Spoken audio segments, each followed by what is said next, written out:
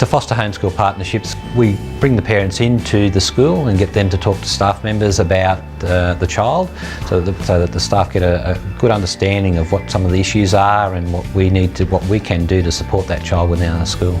His last assessment task you did with him, you got that back today?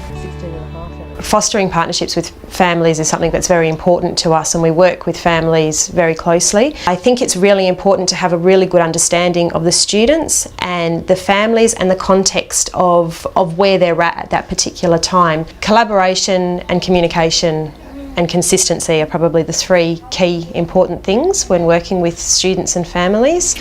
So we find that bringing parents on board and meeting with them often and communicating with them often to find strategies that are consistent at home and at school are things that work really well. Information about how Daniel reacts at home in the family context, which parents might not normally think is relevant to school. But when you start to talk about it, then you see the parallels with school, and you can find out what works at home, and you can kind of adapt that to work at school. It's getting to know those teachers and taking every opportunity to speak, raising your concerns with them. One of the concerns that we had was that each class, the children sat in different seats. But by speaking to the teachers and telling them that it would really help Daniel if he knew that this was his seat, the rest of the class knew that this was his seat, then Daniel could go and sit in that seat, and the lesson could get off to a good start. With the school, I find it very helpful that they're ready to take on board any of the recommendations from her therapists or even anything I offer, and they in turn will even offer me feedback as to what they think will be helpful for Tatum. I think like any relationships, you have your ups and downs. Communication is a big key. So as long as you keep those doors open, and I think if you keep the gaps between home and school as small as possible, then it makes it easier.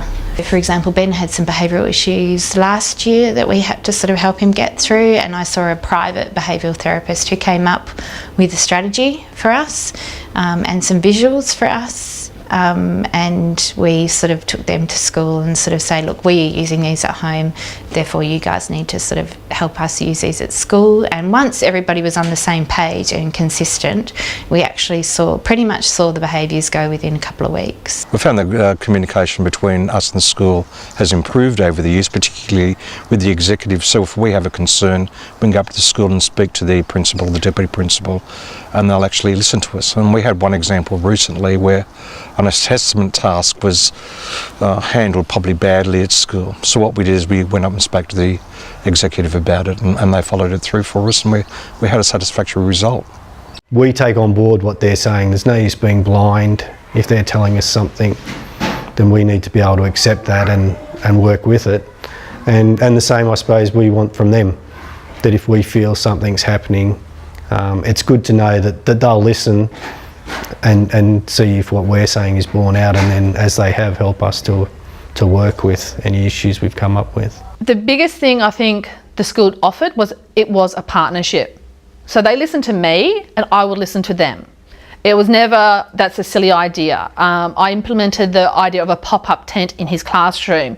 I didn't know if it was going to work, but I knew that at home it worked because it isolated everything. He could just go and sit in the tent, have 5 minutes, come out, and he was ready to play again. So his teacher was willing to do that, have a pop-up tent at the back of the classroom, and it was instant for him.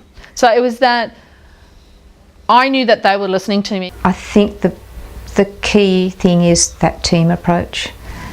It's not just one person, it's not just down to me, it's not just down to Daniel's family. I think we're working hard on developing a culture where it's all right for the teacher to come and seek help, that they don't have to feel that they're in the classroom on their own working with the student. We like them to think that we're all part of a team and we work together. We've always kept open communication with the school. We've always kept an open mind. The main thing with partnerships between us and the school has been communicating with the school, trying to make sure that they know where we're thinking, we know what they're thinking and seeing, and working towards the goals that we'd like for Piper.